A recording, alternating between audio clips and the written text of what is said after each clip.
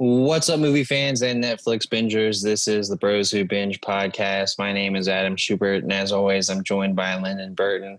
It is the first episode of season 2 of The Mandalorian, so we'll get to talk about that. And I'm super excited about that, Lyndon. What about you? You know, it's been a while, but we're gonna get to talk about it. I am super excited. Yeah, man, we're moved to Thursdays. The show now drops on Thursdays, so hopefully our fan faithful, be excited that we're about to review Mandalorian. We got a Might lot have of to news. jump on your Twitch stream when we get down the line, and just I don't know how long I can wait. Do live shows. Yeah, no, we could definitely do that and put out extra video content. That could work. Y'all let us know what y'all think, because late nights with Lynn Monday. We didn't get to go today because I had some shit, but I'll be doing it tomorrow. Monday, Wednesdays, Fridays, and Sundays. So we could definitely do a watch party, and we can watch it on Twitch. That's the thing. So we could do live reactions or whatnot. But definitely excited to talk about this and excited to be back talking movies. We got to get there. We got to now that we're in November, that pitching match gotta happen. It's time. Oh yeah, we're running out of time, so we got to finish up the season. We'll figure that out. And then either Charles is gonna battle or take a fucking disqualification. It's time. We'll give him a couple more weeks, but I'm ready to bust Jake's ass. I'm ready to get it going. But besides that, solid, lot of notes, and glad to be here. When it comes to pitch it, I would say that you're really lucked out at the end here, because we haven't really had many of the anime questions come up. So I know a lot are still on the board. I know. I'm ready. I am excited. I do have a lot of stuff I've been watching, but I'm gonna save those for the movie on the rise, because I did drop a new video about one of the shows. We'll talk about that on Movie on the Rise. But I'm trying to think what else I've been watching. I finished Seinfeld. That's done. I feel like I watched something new that I really liked. It was a comedy. I'm trying to think what it is. Was it what? I think it was Emily in Paris, maybe. Oh God. I think it was maybe. I don't know what it was. I watched that and something else. I'm forgetting what the other thing was. But I enjoyed Emily in Paris. I didn't think it was bad. I was watching a little bit of that show Hap and Leonard with our boy from Lovecraft Country. Oh man, the dad, Tick's dad. Oh, okay. Michael K. Williams. Yeah. Nice. And just a lot of Naruto Shippuden, or is it Shippuden? You said it right, Naruto Shippuden. Yeah. I mean, so wait, so you watched the new Forged in Fire? Is that it's an original new show now, huh? Yeah, I mean, the first episodes are it's a back-to-back double episode thing. It's Long Road to Redemption, so it's a 7 past competitors. That's fine. Compete against each other. Coming for Redempt. Yeah, and then all the rest of them are normal. Wait, we got a new host? I honestly, I don't know. But this is the guests or the judges are all the same. Oh, I think it's the same host, because this guy just looks like Will Willis. All right, cool. Yeah, I was about to say they can't get rid of Will Willis. All right, bet. I'm watching this as soon as we finish. I forgot that was out. I'm excited. Yeah. That was your movie on the rise last week, bro. It was. You're right. It's been a long week, man. It's been a long week. Yeah. A lot of we're not that type of pod, but yeah, a lot of stuff has been going on in the world. Well, a lot of stuff has been going on in the world. We've been adjusting to the new schedule. Yep. But because of that time space, we've got a lot of news stories to get to this week. So if you're ready, I'm ready. Yeah, let's get started.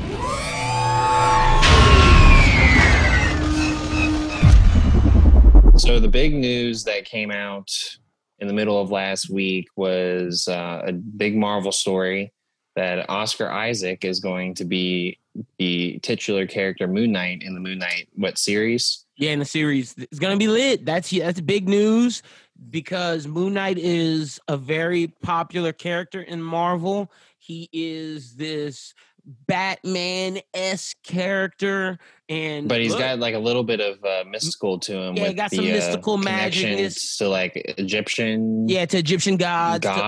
Yeah. Yep. So it's gonna be pretty interesting. It's gonna be interesting to see, especially now with Blade. We have this. Are we going to get some Marvel Knights style team movie with them trying to do new Avengers? Like, this just makes sense where we get the young kid team, the normal team, and then like the adult centric team, kind of like the grittier tone team. Now, another mixture that you could think about with that is because, we saw like Netflix do the Defenders stuff, and Netflix gave their rights back for Daredevil back to Marvel. Yeah. Maybe Daredevil is someone that could maybe appear in a Moon Knight, or maybe they want to do. He's a Daredevil. Marvel Knight too. Him and Punisher, they both are. That's what I'm thinking. With yeah, Blade and Moon Knight. It's those guys. So maybe they try and do Defenders with that crew, but not the Defenders, obviously. But what you're saying. But yeah, I think that getting Oscar Isaac is huge. I didn't realize that he'd be wanting to be a part of this. I didn't think he was going back to Disney, to be honest.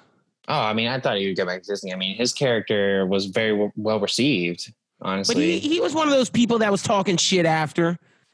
Like it was all three of them were talking shit. Well, he could have gotten more. He was supposed to be the Han Solo, but he really just didn't do much. But I think that maybe him moving into this as a series instead of like a movie is like what interests him. But like I've seeing him being a part of like stuff like Dune and some of the other movies that he has coming out, I was just surprised that he would step into TV. Or back to just blockbusters in general. Like I just don't. Oscar Isaac is a great actor. I just didn't know he was going to go down the blockbuster path. You know what I mean? Like first we get Dune, Star Wars, now this. It seems like he is going for big budget movies, bro. Like it seems like his small movie days are over. I guess so. And what I was expecting out of the Moon Knight casting was someone who would want to be Moon Knight for a long stretch of time. So I'm hoping that's the case. Because we've already been talking about things that would happen outside of the original Moon Knight series. So I'd like to see that come to fruition. But I think that this is one of the more interesting characters that have come out of the slate announcements.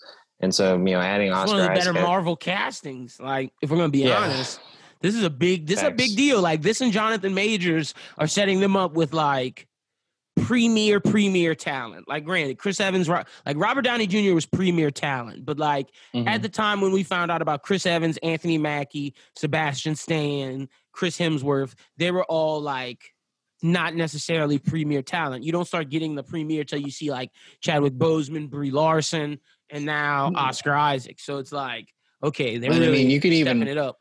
Argue in a lot of ways, not with Brie, because Brie had already come off Room. But like Chadwick was, he'd come off like 42, but he hadn't really like stepped into like a role where people were like seeing him as more of the niche biopic actor. Yeah, true. Mark Ruffalo was probably one of your bigger name guys, but he even had to come in and fill in for Ed Norton. He was the biggest name, but he was more so like a character actor.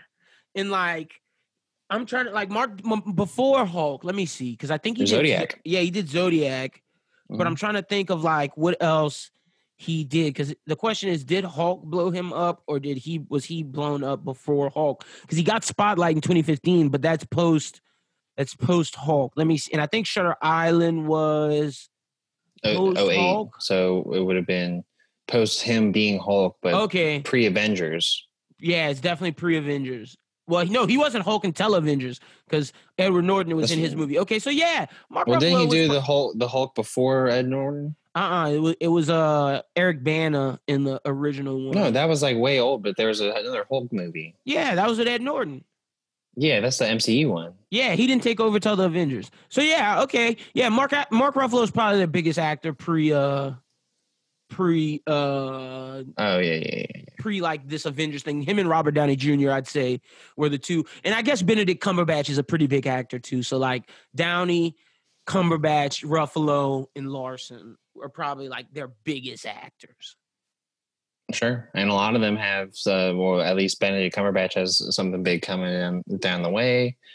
But I think Moon Knight's a little bit far out, but just the idea that we already have like a face to attach to it. It's really going to come down to the execution at this point, because that you have the actor to be able to pull whatever off. I'm just interested to see if Oscar Isaac can get that dark and get that like that psychotic, like schizophrenic style that is Mark Spector. Ex Machina, you know? Yeah, he was good next. See, maybe that's just me just still lingering on the Shia LaBeouf rumors, because I think Shia would have been like an amazing Moon Knight. But back to your point about doing multiple movies, I don't think Shia was down for that.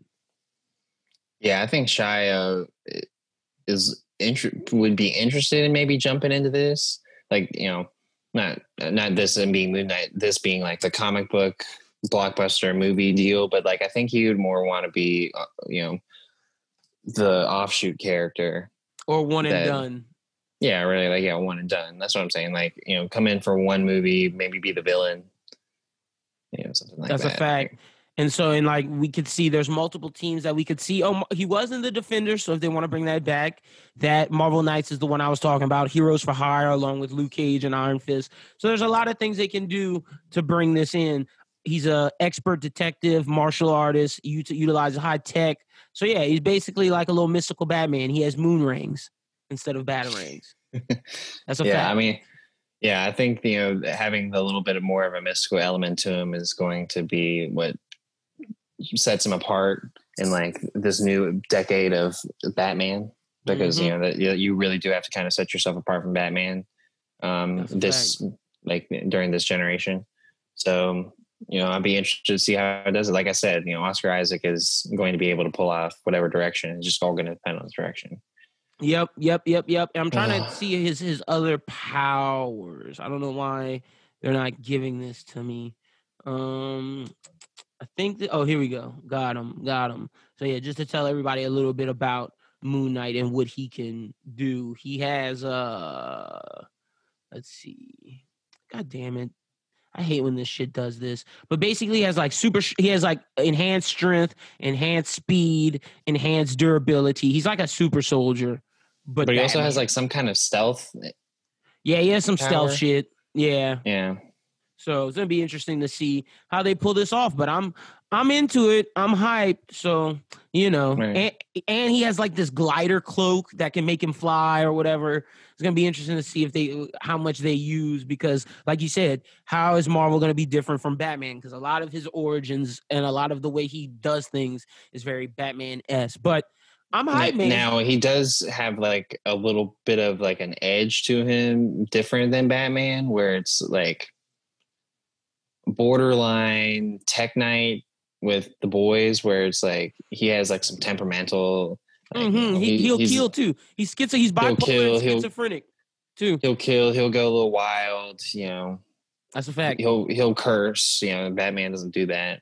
But I mean, I doubt that if, you know, they're going to do this on the Disney Plus series, that's going to happen. Yeah, that's it. That's what we got to wait and see. But, you know, Disney said they're going to be gearing more towards streaming. So maybe that means they're going to be trying to put out all types of content on there, but they're going to need it. I mean, hey, they acid burn people in Mando, so. Yeah, spoilers. We'll get to that. So the next story is a little small one because we talked about Bullet Train last week with Brad Pitt and Aaron Taylor Johnson. Didn't realize that Joey King's also in that. But Brian Tyree Henry just got cast this week to join the ensemble. So I think that's a pretty good group. That's a very good cast. Love Brian Tyree Henry and what he does. You put him with Brad King, Aaron Taylor Johnson, and Joey King. I'm excited for this movie. This little assassin flick. Yep, I'm excited for this movie. This movie sounds good. So shout out to BTH. But next up, an Assassin's Creed live action series is currently in development at Netflix. Variety has learned. Are you excited for this? Sort of. You know, seeing what's been done with The Witcher kind of gives we keep going back to that, and I feel like I talk about that show on every show that I do that talks about movies and TVs when I'm trying to defend Netflix's live action. I always bring up, well, they did well with The Witcher, but like... Well, The Witcher is what matches up the closest to Assassin's Creed. It's a video game property moving into live action. You know, the Assassin's Creed movie didn't pan out well, but the issue with the Assassin's Creed movie is that they were trying to tell in a movie what was in this video game, which spans multiple hours of playtime. And the thing is, it's like, the movie, granted, the what happens in the real world is important, but like the movie spent too much time explaining that.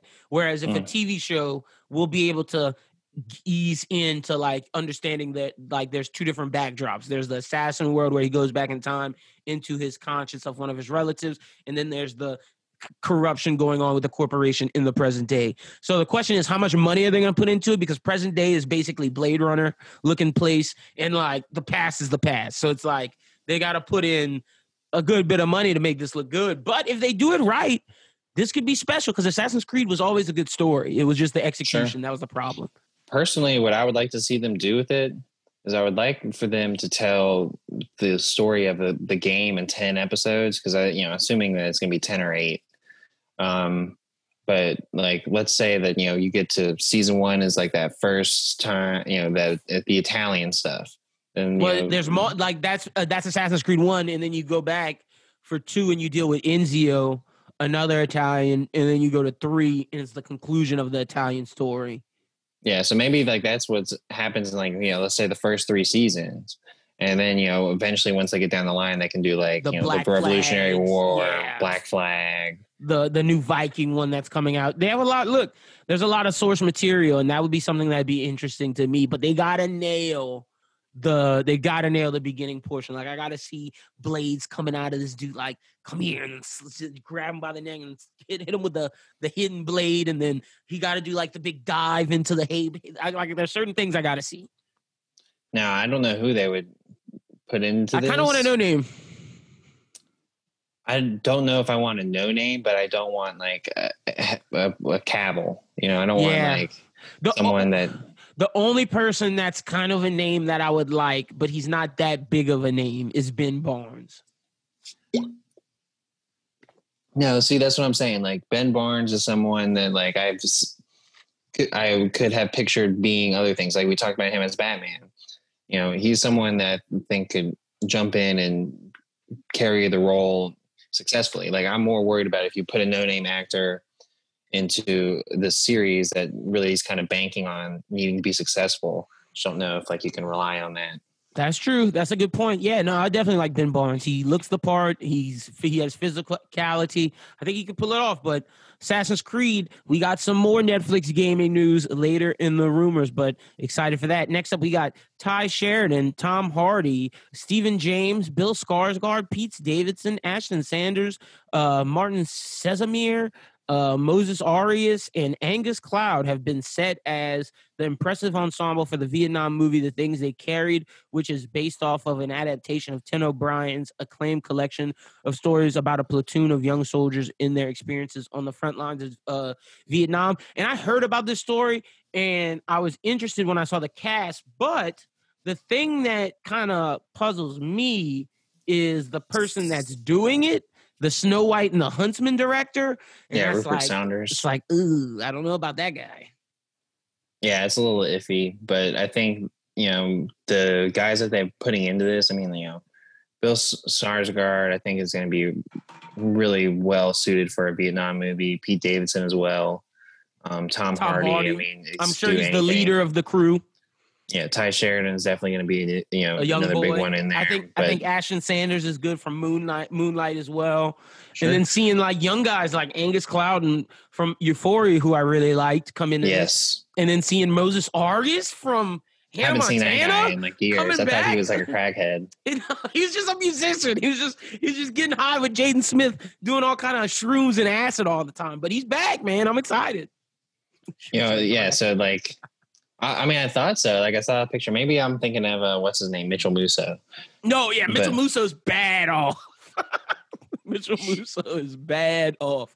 But look, the cast is too great for me not to watch this. Again, I have issues with the director, and the source material is great though. That's the thing. Yeah, exactly. I think that this story like kind of pops out at you. It's just like with all these names there, you're definitely going to want to catch eyes on it. If anything, just to see like how their acting performances go, because if, for people like Angus Cloud, let's say, like we've only really seen him do stuff in Euphoria. Like if he comes out here and like balls out, like regardless of whether the movie's good, this is a big stepping gives stone him opportunities. Yeah. Big stepping stone for Ty Sheridan too. Cause like coming out of Ready Player One, that's probably the most juice he's had. Like that's probably the biggest he's been since like X-Men. So this is like important for him. No, yeah, Ty Sheridan has really kind of needed something. It's kind of important for Ty, Ashton Sanders, and Angus Cloud, because Ashton Sanders coming off of Moonlight, he hasn't really done too much since then. So this is like another thing to get him into the foreground as well. I mean, I think for Pete Davidson as well, just for the fact that like this kind of like is different than what we've seen from him before. He's finally going into the acting realm with King of Staten Island, Suicide Squad, now this. Yeah, you're right. It's big for Pete too. Yeah, I mean, just depending on how serious his role is. The only people who shouldn't be worried about it is Tom Hardy and Bill Skarsgård. No, they're gonna kill it. Yeah, they're gonna do that. They're gonna do what they do always. So excited for that. Yeah, so I mean, I'm excited about that movie. Very good cast. But next up, we got Deadline has confirmed that Netflix has acquired worldwide rights to Ricky Staub's feature debut, Concrete Cowboy. Oh, I heard about this. I was kind of excited, but now I'm seeing the description. I don't know. Idris Elba in Stranger Things star Caleb McLaughlin is starring. A release date has not been set, but it's looking like 2021. The father-son drama made its world premiere at TIFF last month. It's set amongst the North Philadelphian urban cowboy subculture, inspired by real-life Fletcher Street stables, a black urban sports horsemanship community, and the novel Ghetto Cowboy by Greg Neary. The story follows 15-year-old Caleb McLaughlin, who is taken to live with his estranged father, Harp Elba, torn between his growing respect for his father's community at the stables and reemerging friendship with his troubled cousin. Cole begins to reprioritize his life as the stables themselves are threatened by encroaching gentrification. See, let me tell you where I'm at with this. When I heard about this, when you just hear Concrete Cowboy with Idris Elba and Caleb McLaughlin, I'm like, yo, are we getting a Western? Are we getting a space Western? I'm down. Let's get some action. Then I found out it was this drama nonsense.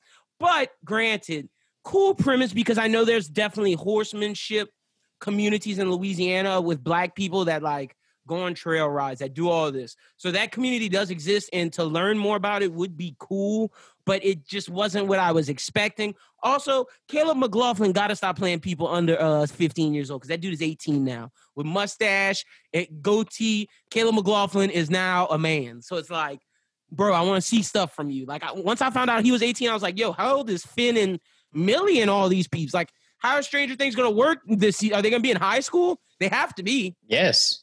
Oh, okay. They are going to be in high school. Yeah. All right. Then that's lit. That's lit. Okay.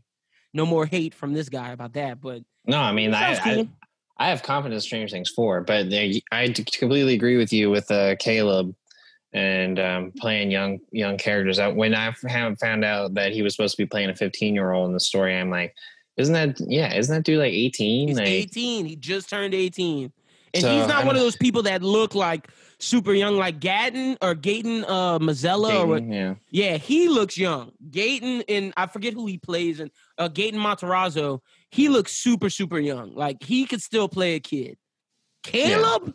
No way. And I'm thinking Millie looking too old too. Millie does not look like no 13-year-old girl anymore. I'm sorry. And Finn Wolfhard has that awkward 18, 19-year-old white dude look that like is like kind of like a nerd who's all lanky. Like, he doesn't look like a kid. And to me, Noah Schnapp doesn't look like a kid. So all these kids, they're not kids anymore. Yeah. And doesn't that make you feel old? It does. It definitely does. It definitely does. Like, the only reason why I saw that, because Zion posted Caleb McLaughlin's like Instagram post from his birthday, and like I'm guessing him and Zion are friends, which is fucking weird to me, because I picture Zion as like this man because he's in the NBA, but Zion's 18 too, so they're like boys, which is fucking nuts to me. That my new star of the franchise I support is chilling with fucking Caleb McLaughlin. I'm just like, what is the world coming to? I'm just an old man now, which is tragic, fucking tragic. But I digress. Hey, maybe he's going to set Zion up with some Hollywood honey. Zion don't need that. Zion better hit the gym. Zion need a treadmill.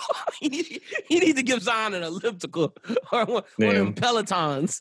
The one thing I will say about this is, we have been racking on like Idris Elba and like his casting, because of course Suicide Squad is going to be a big hit. But I feel like this at least is something that's why I'm not as you can mad put some about it. stake in. Yeah, you could bite your teeth into it because, like I said, this could be a good movie because of the premise. Like, it's not what I wanted, but knowing that there is a community of Black people where this does exist and they get considered like quote unquote country or quote unquote like doing, I don't want to say white activities, but you know exactly what I mean when I say that. And there's this community of Black people who do that, who are still Black people and go through problems that all Black people go through. So it's going to be interesting to see the African-American community from a different angle and a different perspective.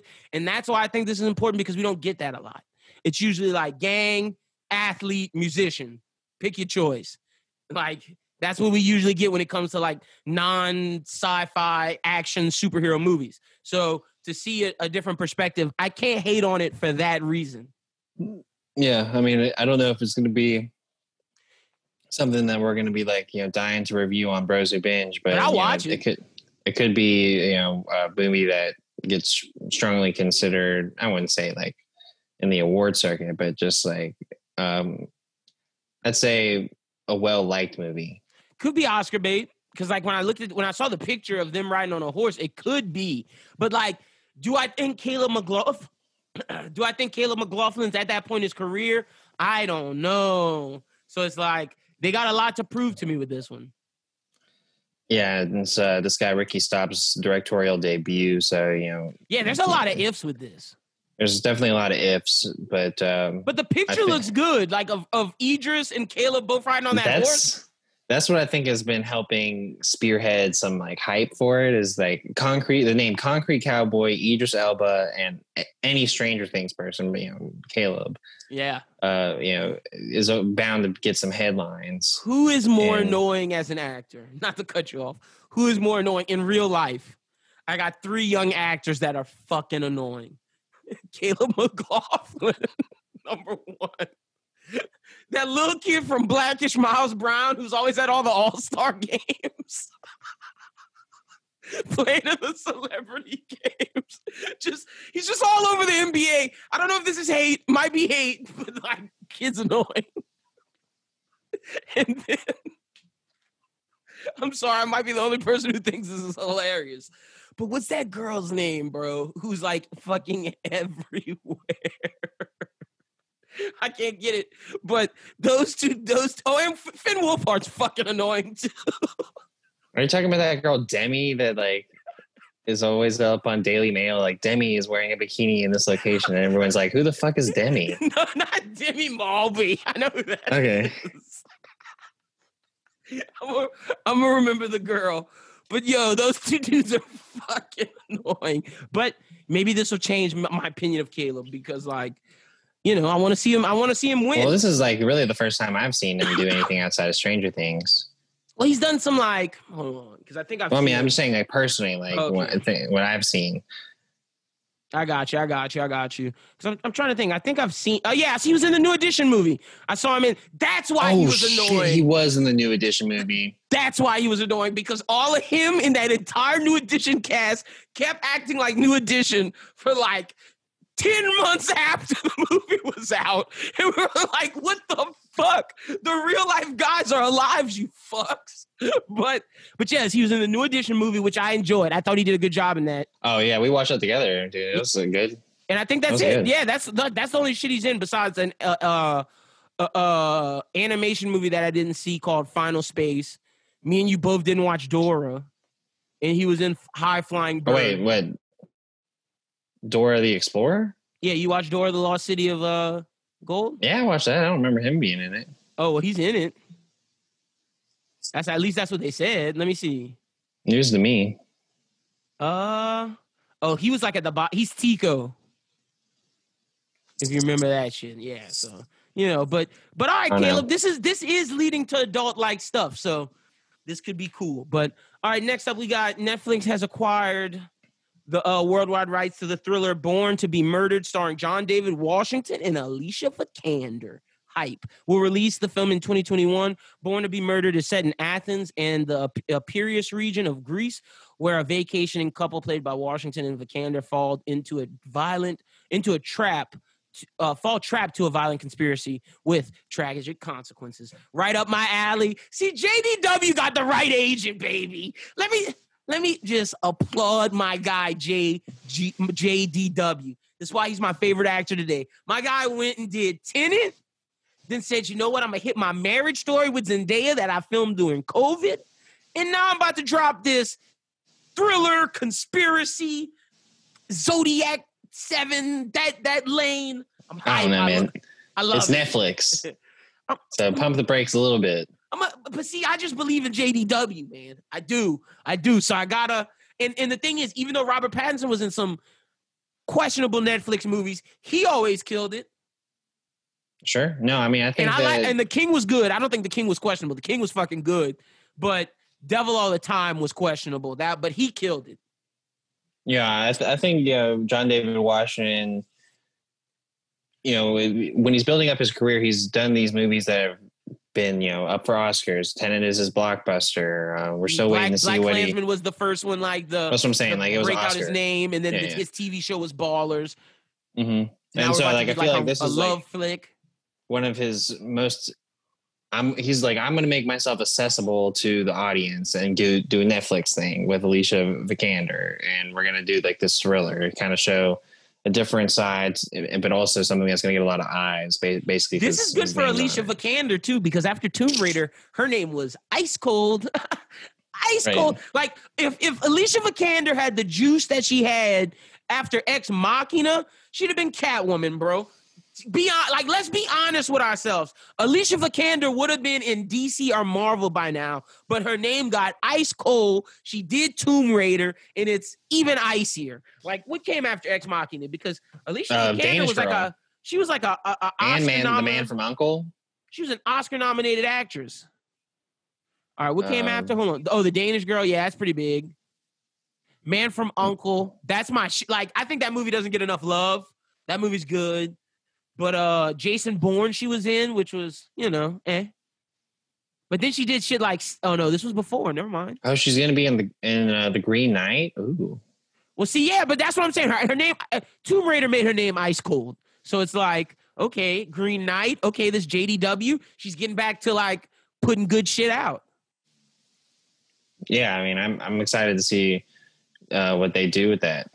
It's going to be in 2021, but we know that we're going to be able to watch it on Netflix. So yeah, so I'm hyped for that. That'll probably be a Bros Who Binge reviewed movie, but probably that's all I got on that. Hopefully, it's not Triple Frontier in Extraction.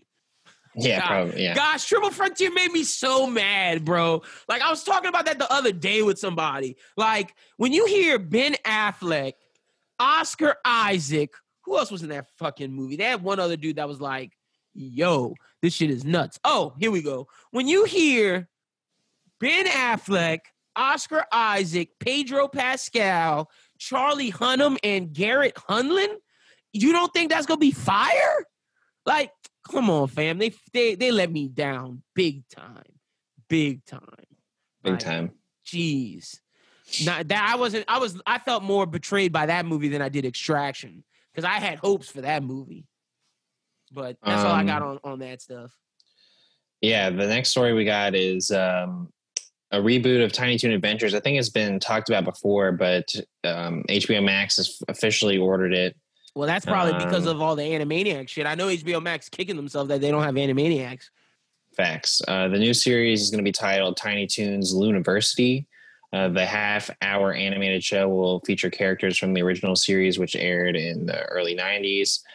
The show has received a 2-season order, and Steven Spielberg is attached to return as the exec producer. I hope it's Steven Spielberg's style of Tiny Toons, because if it is, it's going to be a good show. But if it's since HBO Max has like the Looney Tunes stuff, and they've been like putting more Looney Tunes stuff out, like it necessarily hasn't been bad. Yeah, I just don't want it to be like the Looney Tunes show, which was that like early 2010s rendition of bringing back Looney Tunes to Cartoon Network, where Bugs and Daffy lived in like this reality style show where like they were actors or they had a TV show, but it was them in like their world, like going to the grocery store. Yeah, so I didn't hate that, honestly, but this is not what that's going to be. Yeah, like, I hope this is like Tiny Toons. This will be similar because Tiny Toons was like that. Yeah, like Daffy and all them.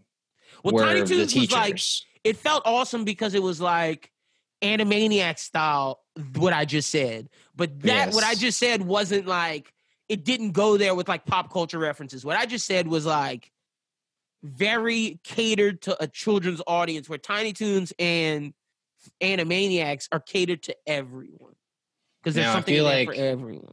This is going to be again a children's show, but since they're making it like Looniversity, this is obviously an older Tiny Toon characters from what we've had. I don't think they're gonna like be adult or anything like that, but they could be like college peeps or high school peeps. Sure. I mean, like even in Tiny Toons, the original series, they touched on like underage drinking. Yeah, they touched on a lot of stuff.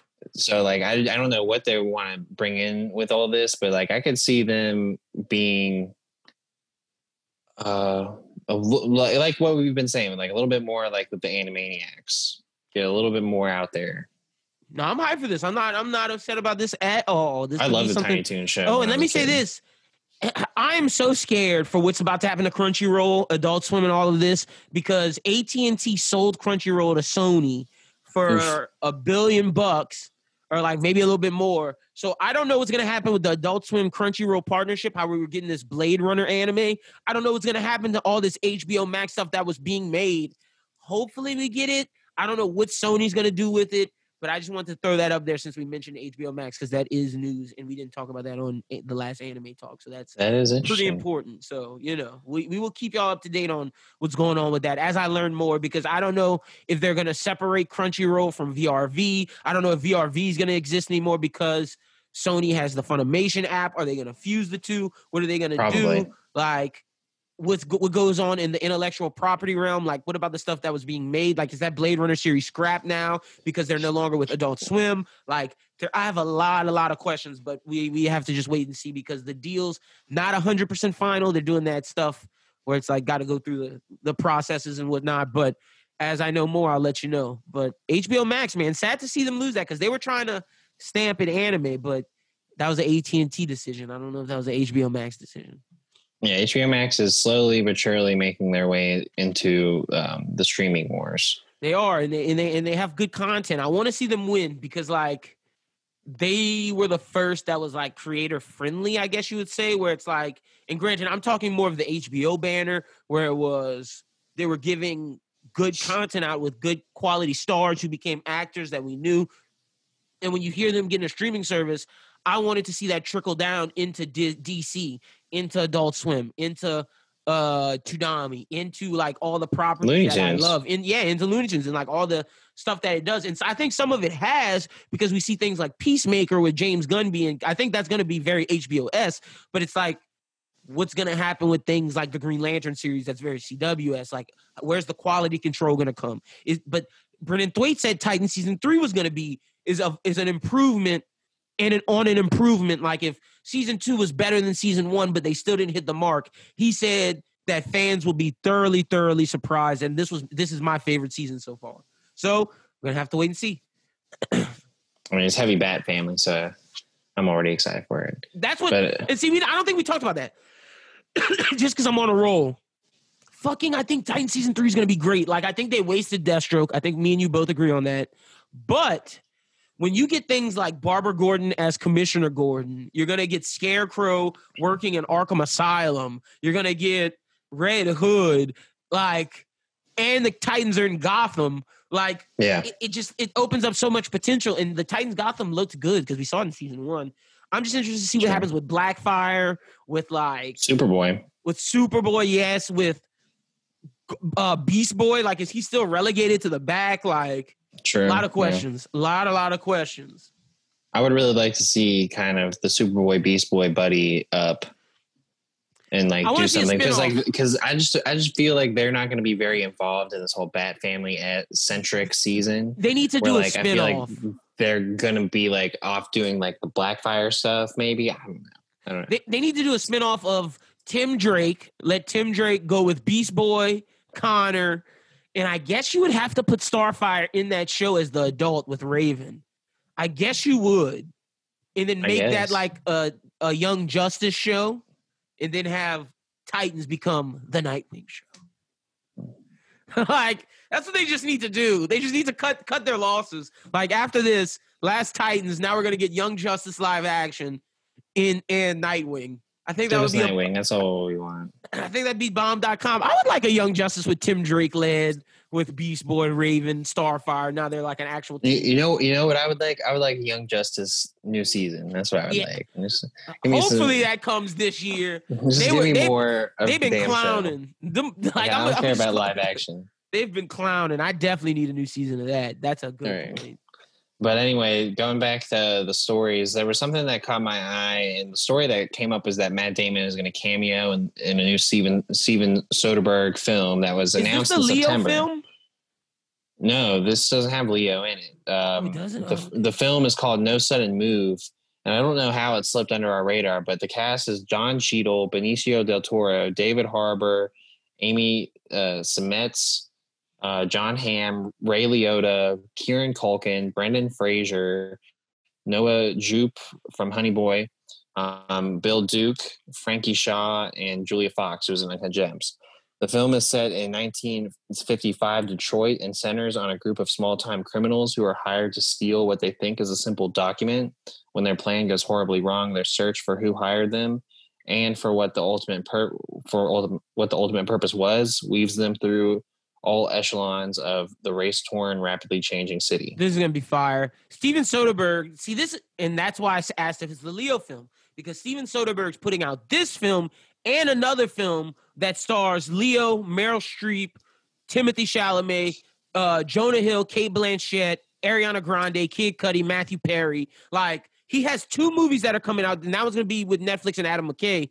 It's with amazing cast. I'm surprised this went under the radar. When you got Don Cheadle, Benicio del Toro, John Hamm, David Harbour, fucking Ray Liotta, Brendan Fraser, Kieran Culkin, and then my girl Julia Fox. Like, what is up? I had to look through old episodes or old notes of the show because I was like, how did we not talk about this on September 30th? Like, that was when the story came out, and I was like, what? Like, this should be good. Soderbergh's putting out some hits right now. I'm excited for this one and the Leo movie. So, this sounds hype. I'm going to be interested to see what is Matt Damon like a cameo? Is he a cop? He's a cameo. It's for sure just a cameo. Like, he's a cop gangster. He might be in the mob because it says like a crime, group of small-time criminals going through a race-torn, rapid changing city. I'm sure we'll see like cops, mafia. I'm sure we'll see like the gamut. I think we're going to see all sorts of things. Ray Liotta coming back in and being a gangster. We'll see. Ray Liotta. That's the only name on there where I'm like, oof. Well, the one name that I thought was interesting on there, and it's interesting because we were talked about him a lot in the most recent Run It Back, where we talked about Scott Pilgrim, but Kieran Culkin. Kieran Culkin's been killing it, man. Succession is amazing. Like, I know we don't talk about that show on here, but Succession is phenomenal, and Kieran Culkin's a great actor, so I think this could be big for him. Sure. But let's go ahead and jump into these trailers. We got a few of them. The first one that everyone has been talking about is Songbird because they shouldn't have made that. Too much of the coronavirus. They shouldn't have made that, bro. I'm not watching that movie. That's depressing. No.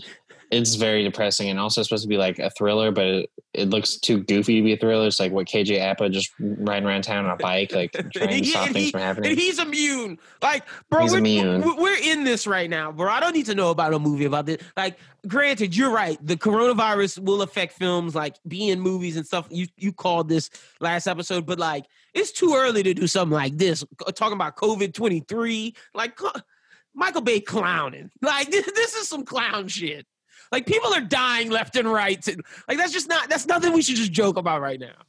No, like, there's some stuff that they've been talking about that is coronavirus related or like, on that topic shit's different. Yeah. But I mean, I feel like this is a little bit too soon, or it's just like, saying that we're going to be going into like COVID-23 and it's like way worse and people can't even leave their house and like, except for immune people, like, yeah, no, that is too much for right now. So we shall see about that. But that was the one trailer that you had on the list that I was just like, I'm not watching this shit. It's just too soon. The next one I have on here is Bridgerton, which is a Netflix series. Going to be the start of the Shonda Rhimes produced Netflix shows. Yeah. And it's pretty much Gossip Girl, but in Victorian age. But in like Victorian age where black people weren't considered slaves. So like in this like fantasy world, like fantasy Cinderella time. Victorian-ish. Yeah, 100%.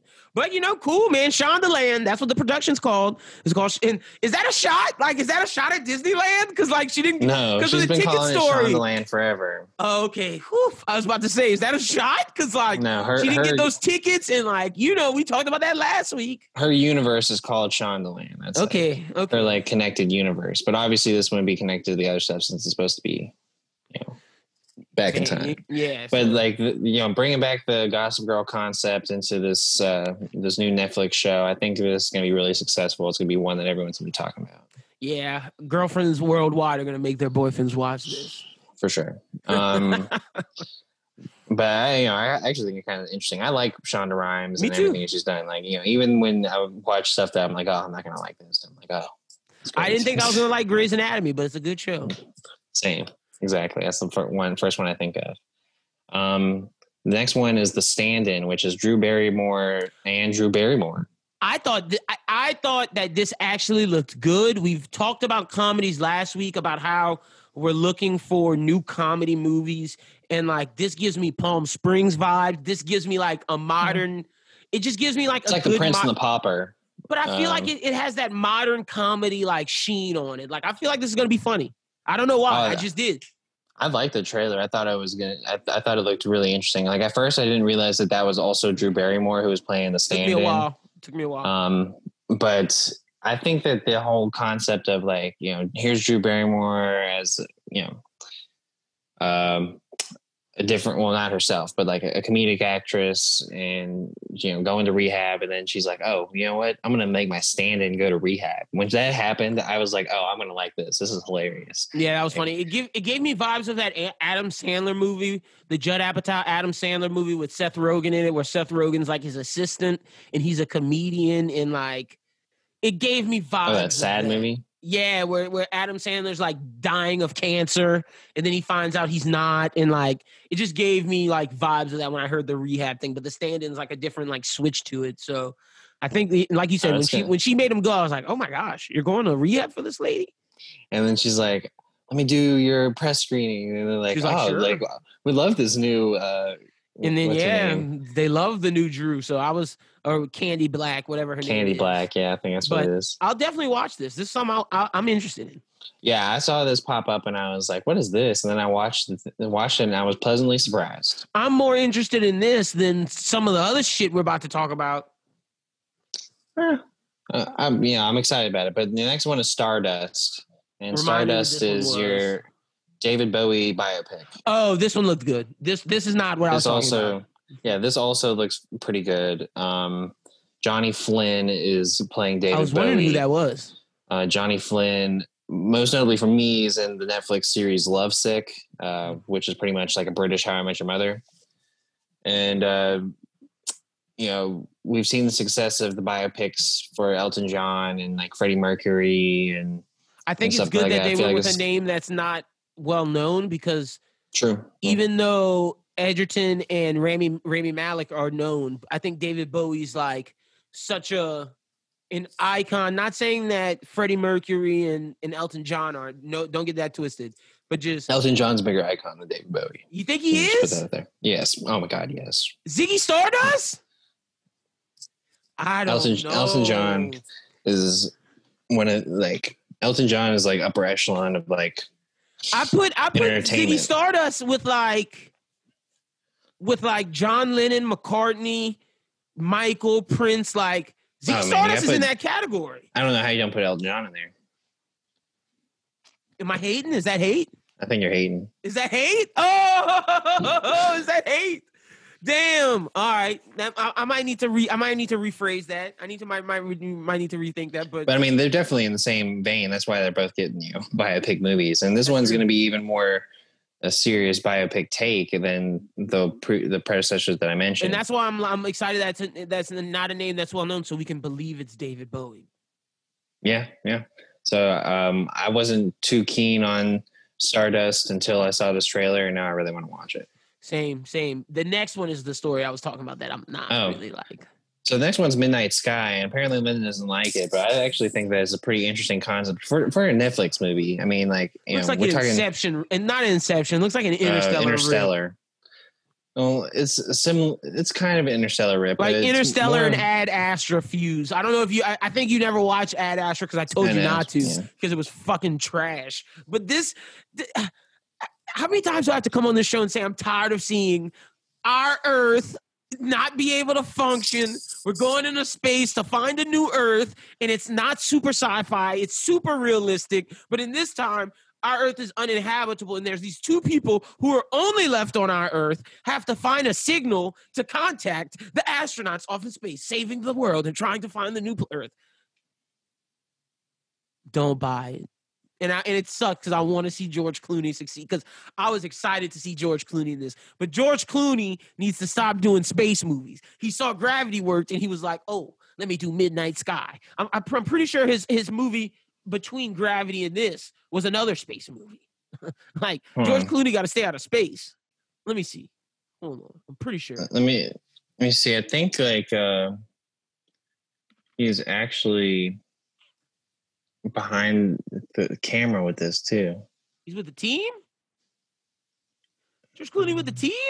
Yeah, he's directing it. Mm-hmm. He's directing it? All right. All right. Good for him.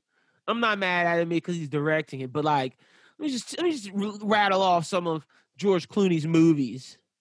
Tomorrowland. Trash. Gravity. And those are the only two that I'm talking about where he was in space because he did some other stuff in between them, but that wasn't that popular. But George Clooney got to get out of space, man. But, hopefully this is cool. I wasn't intrigued by this trailer. This trailer left me meh. I think it's going to be fine for a Netflix movie. That's another thing. It's Netflix. Because, what you got?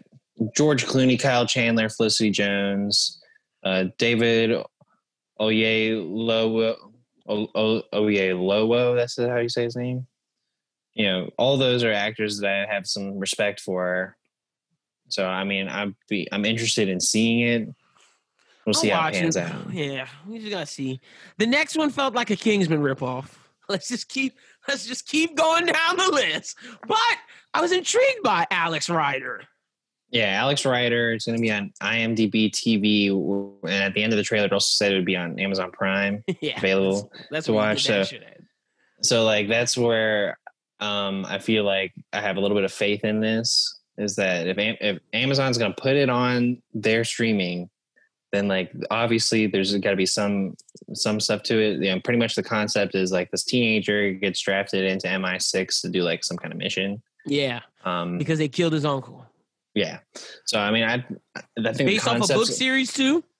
Yeah, it's based off a book series that I think I remember hearing about. I think it's past our time, but I think I remember hearing about it being a big series. So I think there's a lot of potential behind Alex Rider. It might be something worth checking out on Amazon Prime, especially if it's under 40 minutes. If it's short bite, a little action thing, I might watch it.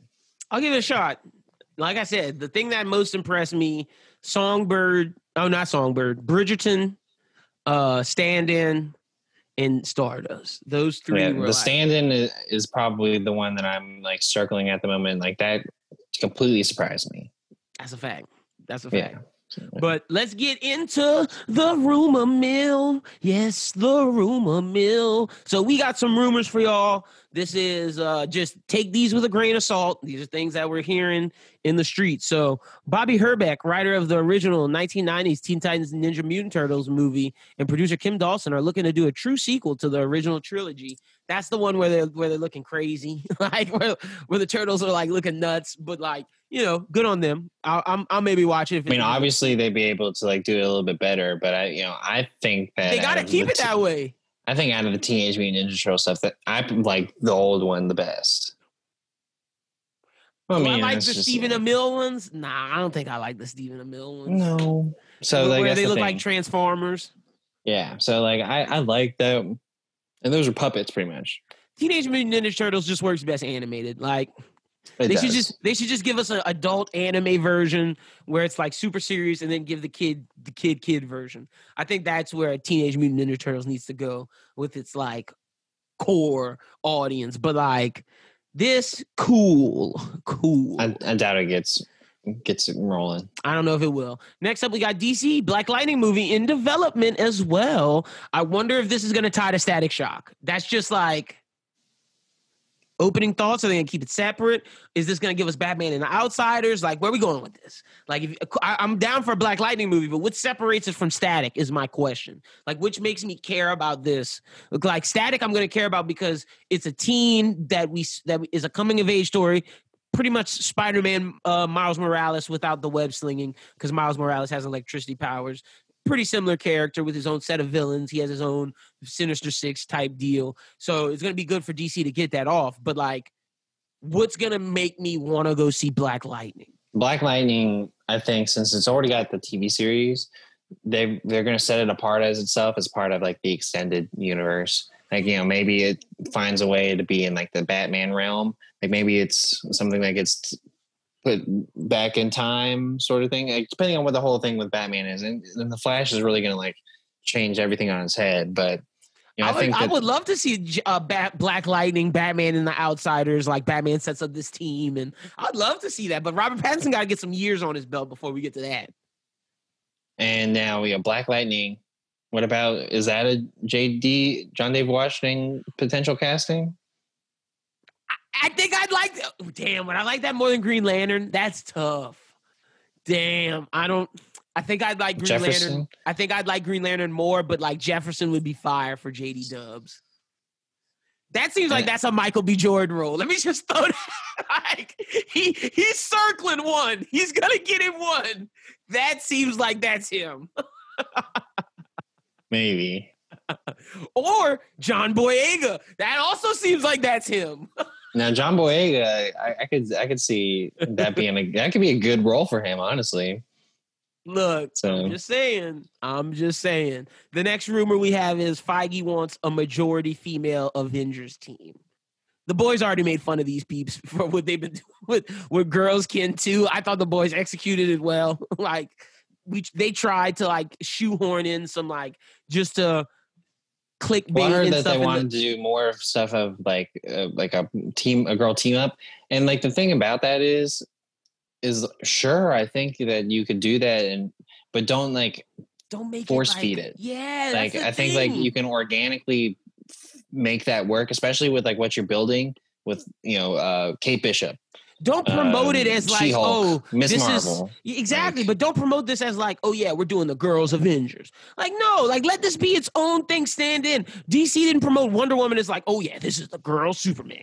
Like, y'all didn't promote but y'all did promote Captain Marvel as this is the female Avenger, the first. And like, that's the problem. That's why I think the boys' love for their female characters is real, because they're real people, and it's like you feel for them, and it doesn't feel like you're trying to make this like a thing where it's like, oh yeah, you're trying to just kind of like how they took the approach to Black Widow. Like, Black Widow hasn't been marketed as like, oh, come see the female superhero movie. This is like, no, come see Black Widow because it's gonna be badass.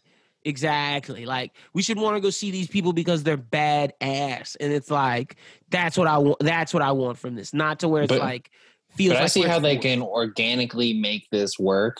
I just don't want it to be like where it doesn't make sense, you know what I'm saying? Where it's like, oh, we're gonna put all these people together just so that we can like have an excuse to like the boys are out of town. It's time for the girls to connect. Ladies' night, like that would be ridiculous. Yeah, and give us like a good organic way that you're gonna have like a female team that needs to take on a threat. Like, I mean, you're gonna have the opportunity. That's a fact. The next rumor we got is there's a God of War TV show in the cards. Likely Netflix. God, I hope it's not Netflix. I want that to go to Amazon so bad. I just want Jeff Bezos to be like, yeah, we're spending the money. Like, Jeff Bezos, if you listen to this pod, spend the money to get the God of War TV show. I guarantee it would be bigger than Game of Thrones. Guarantee. Like Charles Barkley said, I guarantee it. That's a fact. Bigger than Game of Thrones. What happened in that new God of War game changed everything for me. The fact that Kratos can go from the Greek mythology realm, to go to the Norse mythology realm. Then I think a future game is going to be he's going to go to the Egyptian mythology realm. This TV show could be fucking phenomenal. His child, spoiler alert for the God of War game that's been out for God knows how long, his child is fucking Loki. Like, this shit could be bigger than Game of Thrones. Like, I'm so serious. You get Zeus, the Titans, like, nah, bro, I do not want this to go to Netflix. As great as much as I like The Witcher, as much as I was like hyping up Assassin's Creed, this needs to go to HBO or Amazon to be done the right way. Because if this is done the right way, this will be one of the biggest TV shows like out.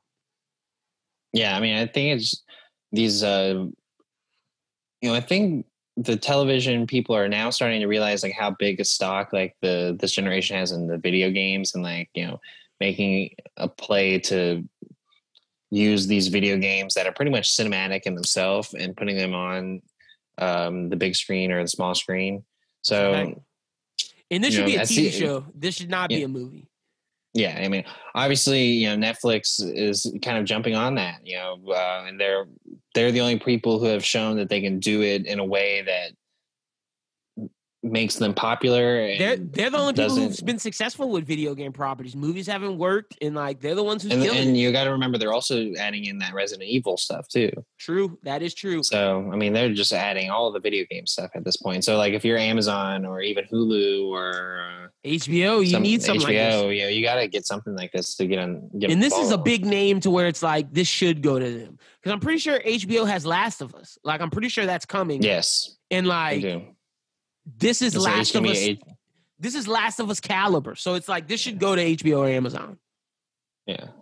So, but that's a rumor we got. Next up, we got Deadpool will keep breaking the fourth wall in the MCU and make fun of other heroes and real life actors. Well, if they make this all female led movie, I hope he makes fun of that. Yeah, he'll throw some shots there. But okay, cool, good for Deadpool. Next up, we got Loki will have a bigger role in the MCU in the next MCU movies.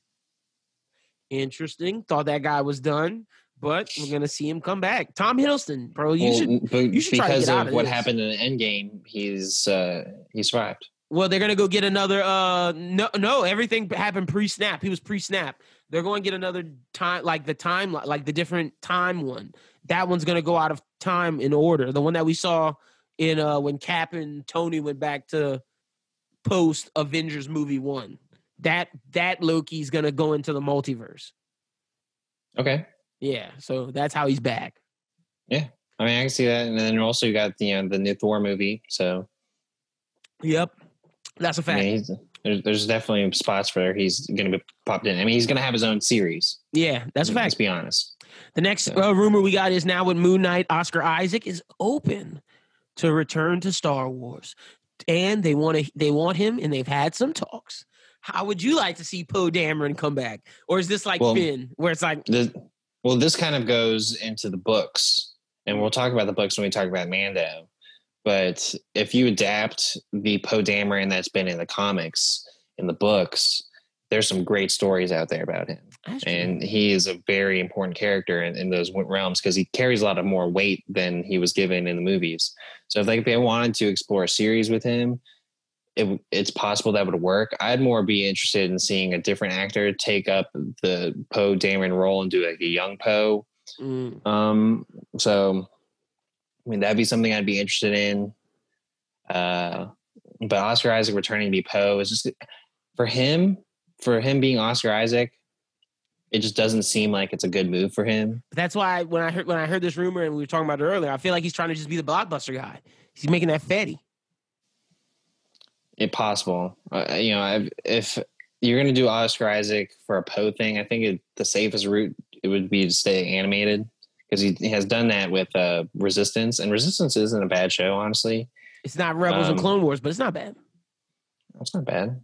So like if he wanted to do more stuff with that into the animation realm, then possible. But like other than that, I just don't see him like signing on to do it like a Cassian Andor like series for Poe. Unless it was like a 6-episode order like the Obi-Wan. Yeah. But then like none of the stuff that I've heard, and unless they come up with like a great story, there just really isn't like anything. Actually, a real ship include, a real ship centric series would actually be really interesting, especially now that Squadrons has come out. But That's even true. with that, if the best stories to be told in like a Squadrons kind of way are like during the wars, or like not the Resistance fleet, like the Rebels, exactly, the Rogue Squadron, stuff like that. Like so that's what we want to see. I don't know, but we shall see. And finally, final rumor. This is the apparent story to the LeBron James Space Jam movie. So this is what we got. During a trip to the Warner Brothers studios, NBA star LeBron James and his son accidentally get trapped within a world that contains all Warner Brothers stories and characters under the control of a malfunctioning, all-powerful force named Al G, played by Don Cheadle. With the help of Bugs Bunny, LeBron James must navigate through a never-before-imagined world with iconic movie scenes and characters as they reassemble the Looney Tunes to rescue his lost son. Now to get back home, LeBron and the Tunes must unravel Al G's mysterious plan and win an epic basketball game against digital gamified super versions of the NBA and WNBA's biggest players and stars as the entire world watches. So probably no Monstars. Let me read this again. So the son are gonna get accidentally trapped. So Bronny's in this. I think so. Or they may get someone to play his son. Yeah, they may get someone to play his in a world that contains the stories and the characters under the apparently control the Batmobile was made an appearance in this movie. Like, so all the Warner Brothers movies it's like he's going through the Warner Brothers like archives essentially. Oh, dude, F this. He's going through like the Warner Brothers archives, and like Don Cheadle is like this all-powerful like person looking over, and he's like, to escape you have to play a basketball game with the Looney Tunes. Oh my God. That's why we've said that Space Jam should not be remade, but it could be good. But like no Monstars. Sad stuff. Digital gamified super versions. It's just gonna be them. How is LeBron supposed to beat all? Bro, I don't like. Believe. It's just gonna. Well, it's gonna like bring up a bunch of weird conversation topics. It's gonna be like, okay, so LeBron's like up against playing like probably like Michael Jordan and he's playing against Anthony Davis, Lisa Leslie, Shubert, Steph Curry. I don't know if Steph Curry's in it. Russell Westbrook's in it. Chris Paul. Like, he's playing up against like some of the best NBA players and WNBA players with the Looney Tunes. And it's like, can he beat him? And I know people are going to be like, the Monstars were basically Charles Barkley and all those people, but they had their talent and they didn't necessarily know how. They also had their own personalities. Yeah, exactly. They had their own personalities and they didn't know how to control said talent like them. If this is a gamified version, this is these people. Like, this is them. So is LeBron about to bust all these people's ass? Which we already know he can do. Oh man, this is gonna be funny. And I feel like Don Cheadle's playing like the role in Spy Kids, where it's like the evil guys. Mustache twirling villain. Oh shit, this is gonna be a hot mess. All right. Well, Don Cheadle had that good movie earlier, but yeah, that not Detroit movie, but not this one. This is a favor to his friend LeBron James. Whatever, man. Whatever. That's kind of disappointing. Yeah. So this is the apparent story. It may not be this. We shall see. But I'm pretty sure it's this. Like, I believe this rumor is the most solidified of all the ones we've said. All right. Well, that finishes up the rumor mill. So now we're moving into the movie on the rise. Lyndon, you want to go ahead and start us off? Okay, yeah. So I put out a video, the 5 reasons why you should watch Gangs of London. Wanted to make a separate video from Bros Who Binge. I'll check that out. It's on the YouTube. But this is a show that like captivated me. It's called Gangs of London. It's on AMC Plus, but you can watch it on Amazon Prime. It stars Joe Cole from Peaky Blinders, who is the brother who married the gypsy. He's the main character. It stars Sope Diasu, but he's from that new House movie, His House on Netflix. Oh, mm-hmm. Yeah, it's his name is Sope Dirasu. It stars Papa Essedu. We don't know. I don't know. I haven't seen him before, but he is Joe Cole's like right-hand man. He's a great, phenomenal actor. I could see him, Sope, who plays like this undercover cop, and then Joe Cole. I could see them getting a lot of roles. Lucian from the guy who's the leader of the I guess the poor clan in the what the fuck is that show called? The Golden Compass on HBO. No. You know, the black guy. He's Yeah. he's the head of this, and then Colm Meaney's in this. Great cast. Also another standout, Brian Vernal. Great actor. Loved him. Loved all the ladies in this. This show is just amazing. It's directed by Gareth Evans, who is the director of The Raid and The Raid 2. So the action is some of the best action I've seen this year. Some of the best action I've seen in a while. Better than John Wick style. I've seen people comparing it to John Wick. No, this is better action than John Wick. It's realistic, and I fuck with this heavy. It's an amazing show. Gangs of London. Definitely check it out. Netflix has a new anime out called Blood of Zeus.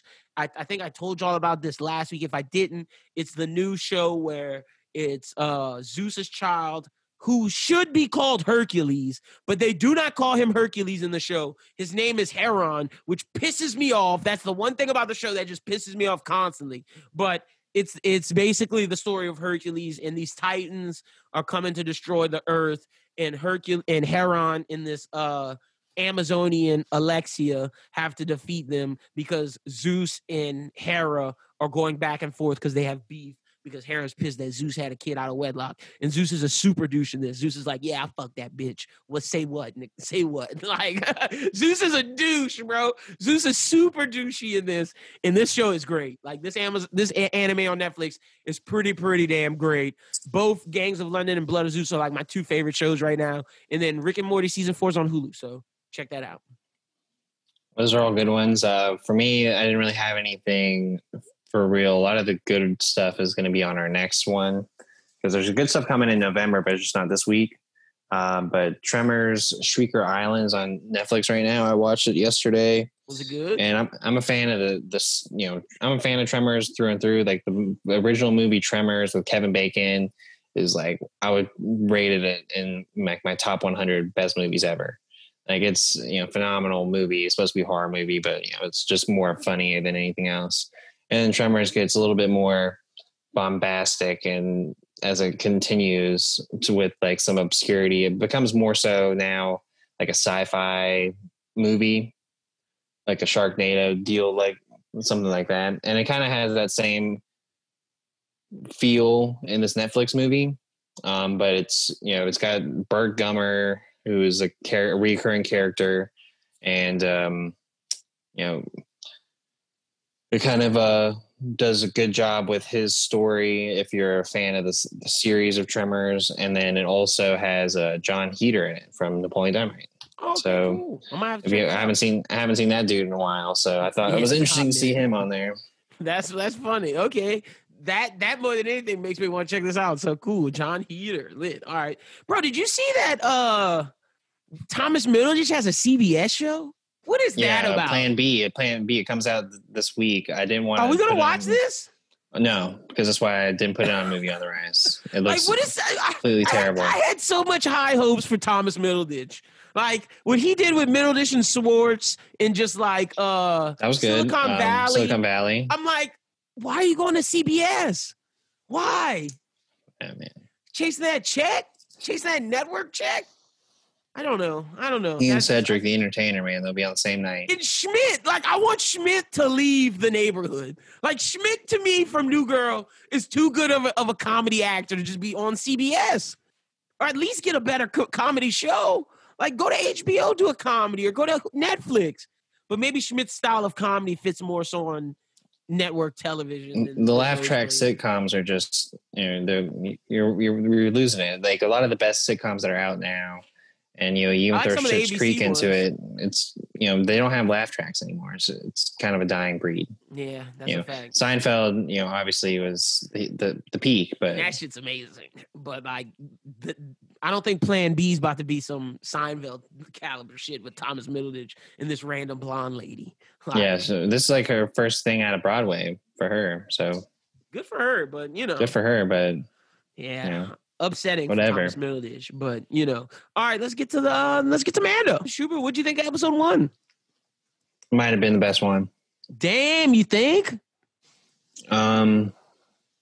This was the first time, and I know a lot of the other reactors and Star Wars people on, I've been listening to, and and talking to.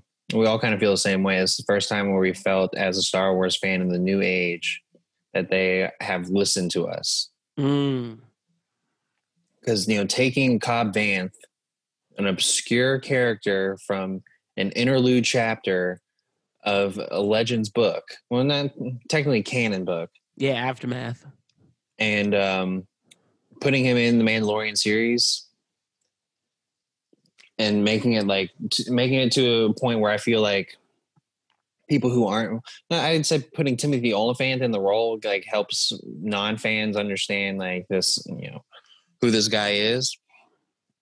I mean, I thought it was worked. Yeah, perfectly. I love Timothy Olyphant in this. I thought he was great. I thought him as Cobb Vanth was amazing. I thought the end where we see Tamar Morrison and it's like, oh, Boba Fett, fire. I thought this felt very Star Wars, very Western. Like Very original trilogy Star Wars, but that has to do with more with Tatooine.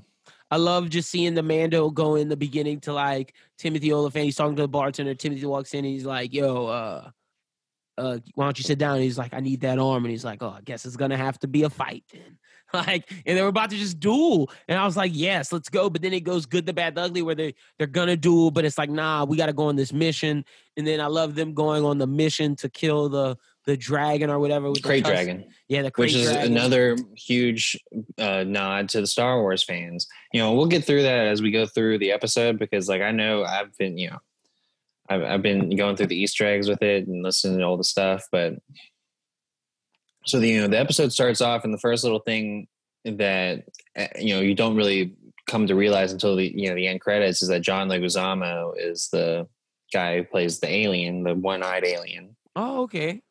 And that whole sequence was a lot of the trailer. So we did see a lot of the things in the trailer in this episode, which is very, a very good feeling in my personal opinion. Like, I'm just like, okay, good. We got a lot of that out of the way.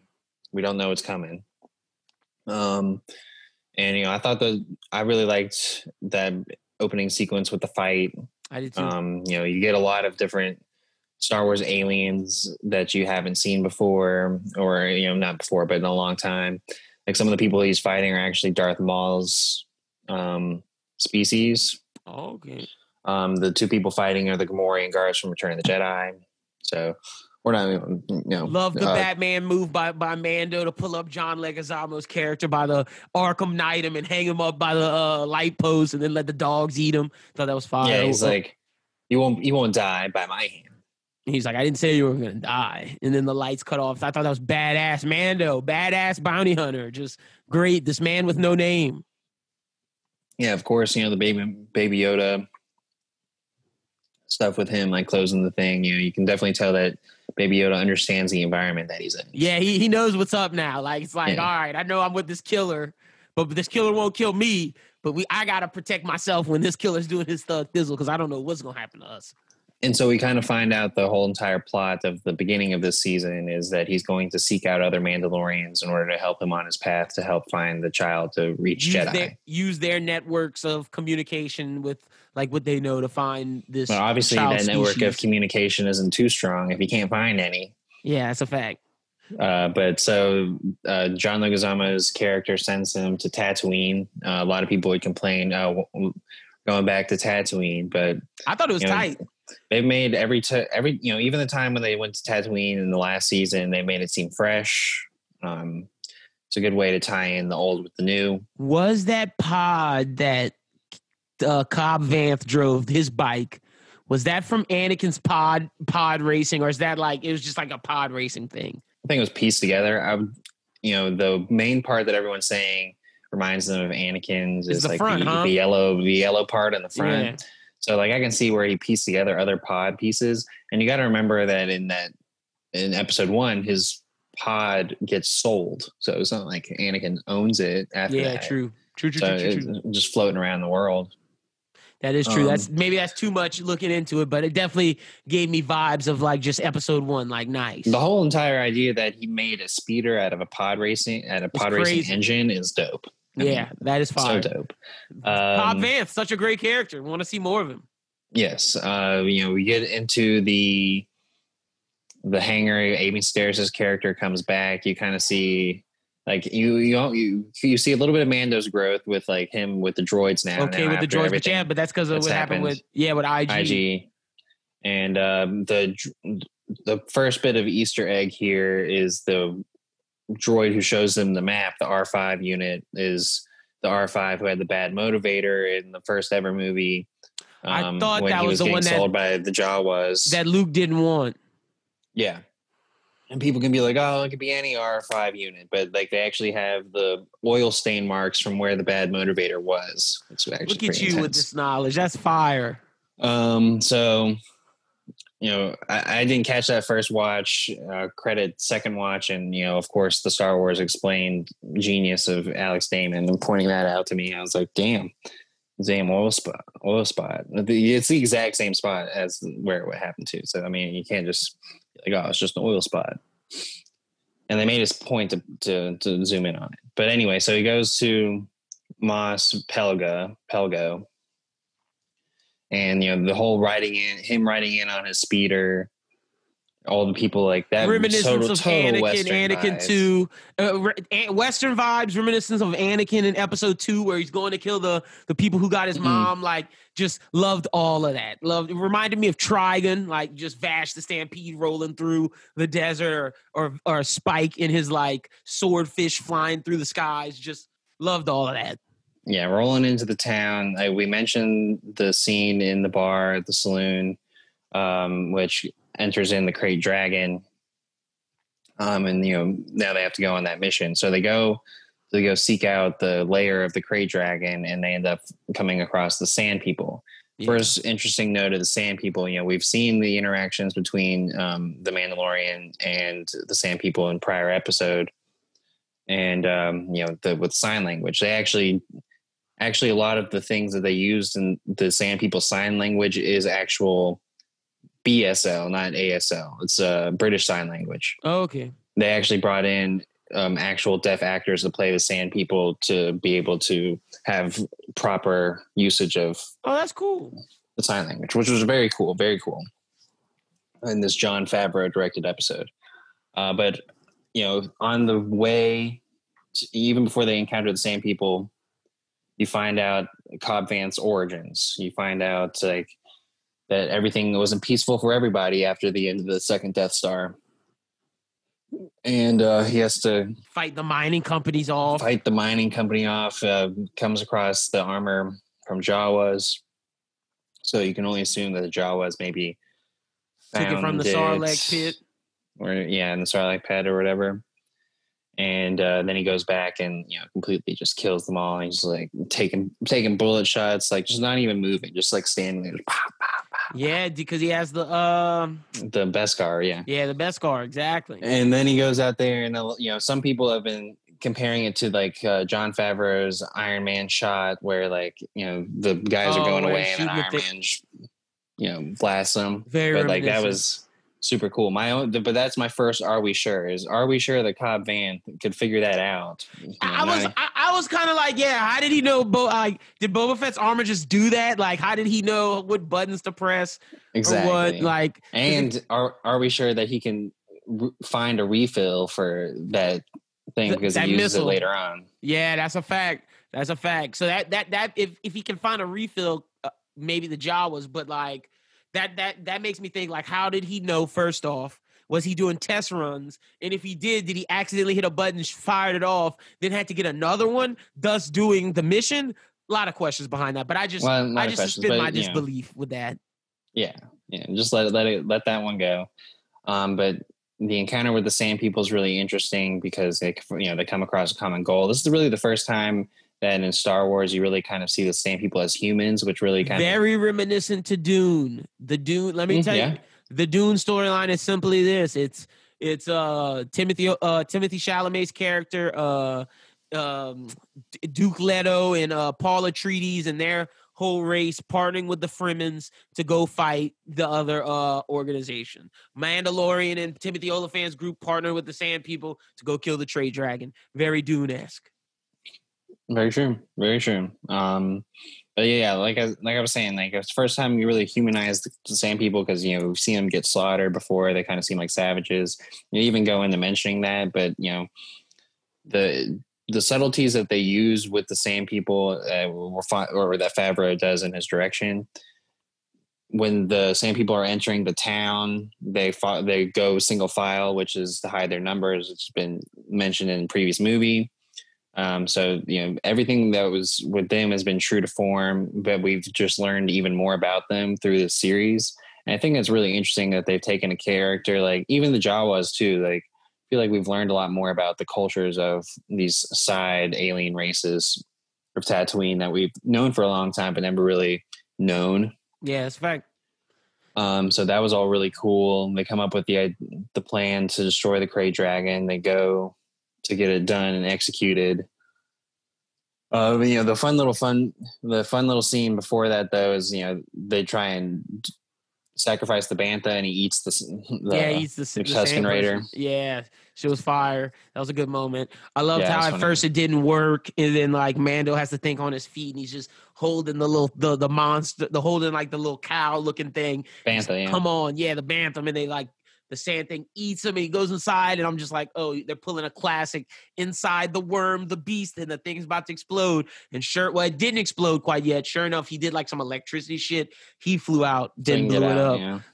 Fire moment. Also love the ode to Han Solo. I caught this one where Han Solo hits Boba Fett's jetpack and he zooms off. Mando hits Cobb Vanth's jetpack and he just zoomed off. That's an Easter egg that I could pick up. That is an Easter egg.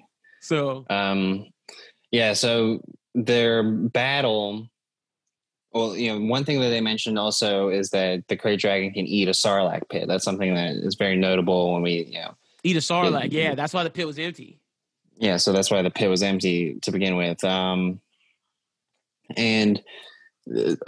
through that fight scene, it was pretty cool to see like what they were trying to do. They were trying to harpoon it, they hit the underbelly, all that kind of stuff. But like having two guys in Mandalorian armor on jetpacks flying around fighting a Krayt Dragon, it seemed like every kid like me who's a Star Wars fan playing with action figures. It was like our dream come true, pretty much. Krayt Dragon. For a lot of people who don't really understand the reference, there was like the bones were in the first movie. And then he made a big play in Knights of the Old Republic. It was a boss mission that you had to defeat a Krayt Dragon. And by defeating a Krayt Dragon, you get a giant pearl, which is why the Tusken Raiders were holding the pearl at the end. Ah, okay. Makes sense. That's cool. And I also liked how he got that big piece of meat. Yeah. And Yoda prepare for Baby Yoda. But it was funny that some other people who were podcasting had said it, and I was thinking the same thing when I saw the scene with like all the meat and everything. I was like, I hope they got like a deep freezer or something. Like that meat's gonna go bad. There's none of that. I was worried about the acid. Like I was like, is this meat edible? Like, are we sure? And like, as much as the Tusken Raiders wanted Cobb Vanth to drink that shit, I don't know if I was drinking that shit. Hey, is that safe for humans? It was like cactus. I'm sure it was like cactus stuff. Oh, I didn't know if it was safe for humans. The only way you get water in Tatooine is moisture evaporators, and Tusken Raiders don't have moisture evaporators, so that's you got to find a way to drink somehow. True. But solid episode. Then we finish off. Cobb Vanth's I'll see you another time, and they're like, yeah. Yeah, I mean, I assume that he might come back, join the crew. That we've seen with like Cara Dune and all that. I would love to see him come back. I mean, I honestly, Morrison looking over the sunset, badass as hell. Did you think that he should have let Cobb Vanth keep the armor? I thought he should have. I was like, what? Whatever. I think Cobb Vanth might get it back. I think he might get it back too. I think it's one of those things where he's kind of like earning his. He might trust. take everything back, but the helmet. Because I like Cobb Vanth with minus helmet. Yeah, that's cool. But I wouldn't be mad if he doesn't get it back. But I could see him. That's like Boba Fett's coming after him. He needs to go get Cobb Vanth's help or some shit. Like I still don't know how Ahsoka plays in all this, but we still have to wait and see. Now that's where we can get into a little bit of speculation with the whole Boba Fett thing. So we see like this character assumes Boba Fett. I'm pretty sure it is Boba Fett. When he turns around, it's him. Well, yeah, but I mean, like Tamara Morrison can be anybody. Yeah, it could be a clone. That is a clone. Yeah, true. So, but the thing that is worth noting here is, he has what is a gaffy stick, which from the Tusken Raiders, but he also has a sniper rifle, which, if you remember, Fennec in episode 5 last season was shooting at Mando, and with the sniper rifle. So, like, that's where I think that he ties into like that whole side that scene. Girl, yeah. But if it's not Boba Fett, it could be Rex because it is bald. It could Rex be bad. That's necessarily mean that he's bad. I mean, that's just someone looking. It's just an onlooker. We don't really have any like kind of clarification. But like, hope it's not but that could tie to Ahsoka. That's why I'm saying, like, the only reason I could think that you could go with that route is that it ties to Ahsoka. That's a fact. But this is Boba Fett. It's got to be. It's got to be Boba Fett, bro. You don't show the armor, show Tamar Morrison, and it's not Boba. But I love this episode. 50 minutes, because it wasn't 52. They had 3 to 2 minutes of credit. But 50 minutes, solid. Do you think we're getting 50 minutes this week? You want to say no. We're about to get 20-something, 30. No, I don't think we're going to get under 30 ever. Okay. I think now we're going to be sitting around the 40 range. I'm not mad at that. That's solid. That's okay. But I mean, I thought that this episode hit on all levels. Like, it gave us like your big reveal at the end. Gives you, obscure references, good fight. Character. Furthers the Mandalorian story a little bit. You can even see vibes. You can even see his growth a lot in it, and I think that he's going to develop. In past things, he probably would have just killed the guy, or he wouldn't like have helped that town. And even to even sacrifice himself and be like, hey, the baby, I can trust the baby with you. Like, that shows how much he respects Cobb Vanth. That's why I'm like, he got to come back. Like, that's a fact. But this episode's great. If these episodes stay like this, Mando maybe might be pushing for one of the best shows of the year. But it has a lot of competition with The Boys and Gangs of London. Let me just say that. And Lovecraft. So, like, Mando got to do some stuff. But this first episode, I'd say was like a 8.8, 8.7, maybe even 8.9. Yeah, I mean, like I said, I think that this was one of their best episodes that they have done so far. It's one of those things where you see some shows that pick up, like the Titans is a good example. Titans put out what they put out in season 1, kind of like, test the waters, feel it out. Tried to come back hard. You come in season 2 and you come hard. So I mean, like, that's kind of what I'm seeing out of what Mando's going to try and do here. We might get a little bit longer episodes. We're going to tell some really intricate stories that are going to further along the plot. You know who I wish could come back? Bill Burr's assassin. I think he can. I thought he was dead. No, remember? He is in the prison. He's in the prison. I want him to come back. He was with his little gun that came. You didn't fuck with that, but his little bow, bow. And he had the one over his shoulder. That shit was fire. You thought that was our world. That's not saying much. I was not a stormtrooper, wise ass. That shit was fire. Oh man, I'm digging Mando. Solid to be back. No, definitely solid. We'll see what we can do down the line with maybe talking about it a little sooner. But when I first clicked on the episode and I saw that it was going to be called The Marshal, I knew it was Timothy Olyphant. Yeah, I freaked out. I was like, oh my God. We're getting Timothy Olyphant right off the bat. 1. Yeah, I thought he was more like episode 4, but it makes sense because if we're going to get Ahsoka, we got to knock some of this shit out early. We got to knock out whatever they trying to do with Tamar Morrison and all this other shit. We got to knock that shit out early. Because I think that's episode 3 or 4 kind of thing. Yeah, because the Jedi shit is coming. Like, that is coming, and they got to lay the groundwork. Like, episode 2, he should get closer to finding, like, he should, episode 2 should be like he hears of Ahsoka. Like, he goes meet Cara Dune and maybe, like, Carl Weathers, and, like, he's trying to get intel, and he hears of Ahsoka, but he goes to the wrong place. Or some shit like that. Start the search. I think at least the next 2 episodes are going to be revolving around like him trying to seek out the other Mandalorians. Like maybe in the next episode, he finds someone that can give him a little bit more direction. Yeah, true. That is true. He's trying to search the Mandos. You are right about that. So like, I feel like that's going to be along the way. With Sasha Banks' character, I feel like is someone that could also pop in here and maybe the second or third episode, because we have seen her in the trailer, and I feel like the trailer stuff is early. Yeah, the early shit. No, you're right. That's why I'm saying Carl Weathers and Cara Dune got to be early too.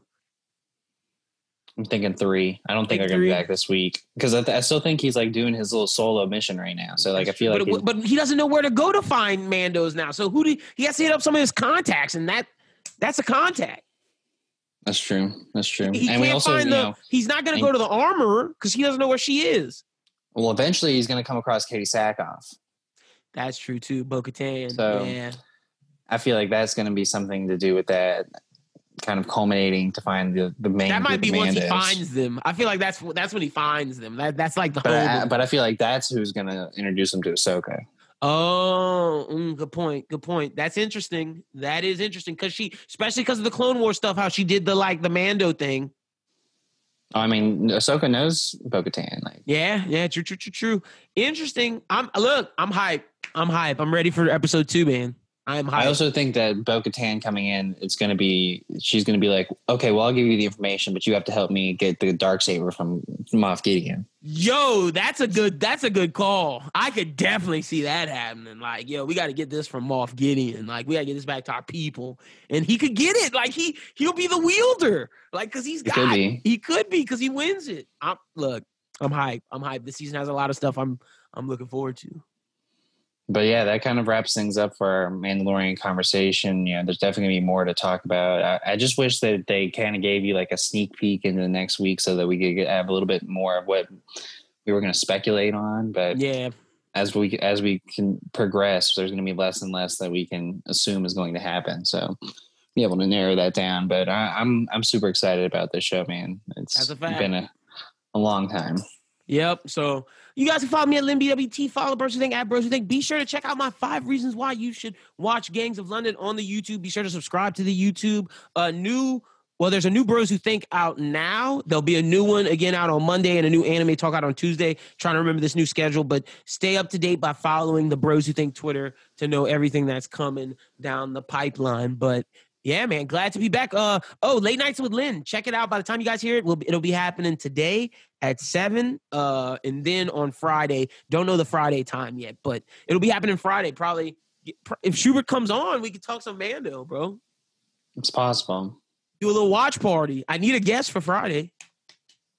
Yeah, I could possibly get in on that. I just got to make sure I can watch the show. I didn't get a chance to watch it on Friday until late night. Yeah, I didn't watch it till Saturday. I was kind of glad that we had this review because, like, I half watched it Saturday, finished it today. So, like, I needed the time to between. But glad to be back binging. Yeah, I'm surprised that it didn't get spoiled for you, or maybe it did. It didn't. Only thing it didn't because I watched halfway, so I knew that like it was funny, like because I couldn't watch it early on or at midnight or whatever the heck, and like, you know, it's probably out right now. I had to get my girlfriend. Oh no, today's Thursday. Never mind. I had to get my girlfriend. I was like, so what's going on Twitter? Because I can't turn it on. Like I can't, not at all. I gotta mute words like that, but you know. Hype to see what's coming. I thought it was out now, but no, it'll be out this time tomorrow. I mean, this time today. Like, yeah, in 24 hours. Yeah. All right. Well, that's it for this episode of the Bros Who Binge podcast, episode 109. And hope everyone out there is staying safe. Doing well. It's definitely crazy time in America now, so hope everyone is doing all right, and I hope that this show was a good release from the election week coverage, and I hope that you stay with us next week as we keep talking Mando. So Lyndon, you've let everyone know what's going on with the network, so I guess we'll head on out of here. For Lyndon Burton, my name is Adam Shubert, and thanks for listening, and as always, keep binging.